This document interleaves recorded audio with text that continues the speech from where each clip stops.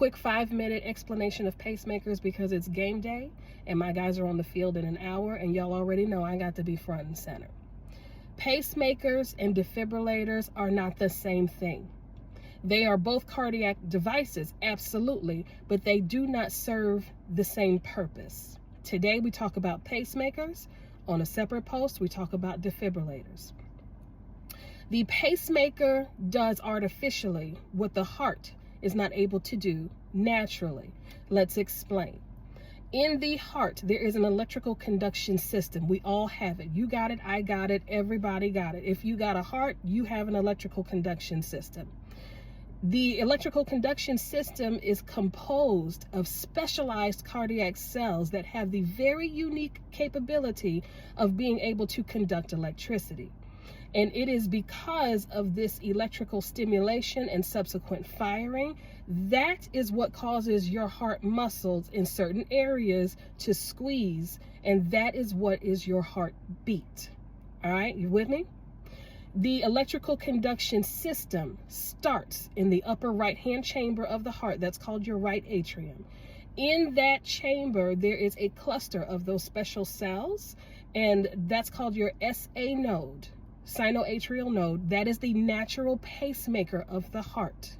That is the first place that electricity should be fired from, if you will, to start the sequence of heartbeats. It literally paces the heart, tells the heart, don't go too fast, don't go too slow. All right. Now, this pacemaker of the heart doesn't just hold electricity right there. It has to fire, it has to release that electricity. And without going into the entire conduction pathway, just know that that SA node then fires to another grouping of cells within the heart. That's called your AV node, your atrioventricular node. Now, when the SA node fires to the AV node, that stimulates the top two chambers to contract. All right. When the AV node continues to move that electrical circuit downstream, that's going to cause the bottom two chambers to contract. Okay, you with me? Good.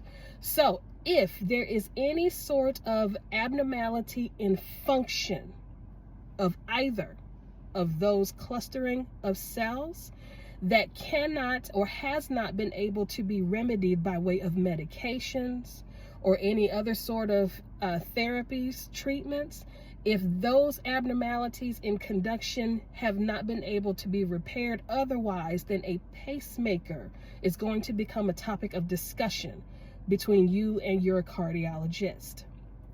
Now, it's not the nurse practitioners that put in the pacemakers. Let's be very, very clear. The cardiologist that specializes in putting in those types of devices, they are called electrophysiologists. They deal with electricity in the heart. It's right there in the title of their practice. They are electrophysiologists. They deal with electrical and rhythm abnormalities. They're great at what they do. Now, there are some patients, and everybody has to have their own conversation with their own EP specialist, electrophysiologist. There are some patients whose SA node works beautiful, but the AV node, not so much. So you may need some pacing help with that area of the heart. And vice versa. There may be some whose AV node works perfect, but the SA node, not so much. You may need some pacemaking assistance with that portion. There are some people who both SA node and AV node, no bueno. If that's the case, then those people will end up being what we call pacemaker dependent.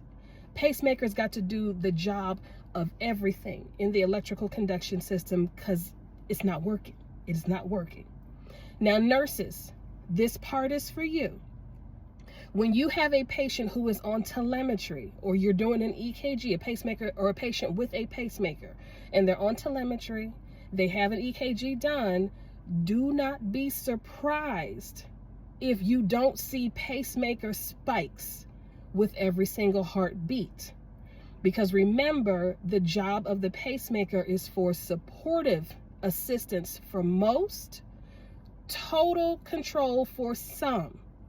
So if this patient's heartbeat is essentially too slow sometimes, The pacemaker will only kick in if the patient's natural heartbeat tries to drop below the threshold at which the pacemaker was set.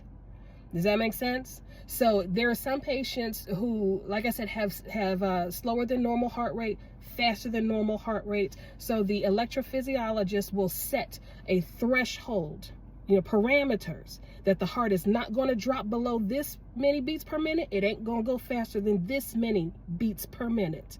So you will not see pacemaker spikes as long as the heart rate stays there. But if that heart rate tries to drop below, the pacemaker will kick in and say, bep, bep, bep, bep, bep. Come on back up or come on back down. Does that make sense? All right. That's pacemakers in a nutshell. Now, there's all different types of pacemakers: single chamber, dual chamber, biventricular. That's not the purpose of today's lesson, to go into all of that. You can talk about that with your respective EP specialist. The goal of today's lesson is to give you just a quick overview of what pacemakers are, what they're purposed to do. I think I've done my job. Questions, concerns, comments, feedback, do it. Like, follow, repost, share, all that jazz. Go Birds. We're on the field shortly. Class dismissed.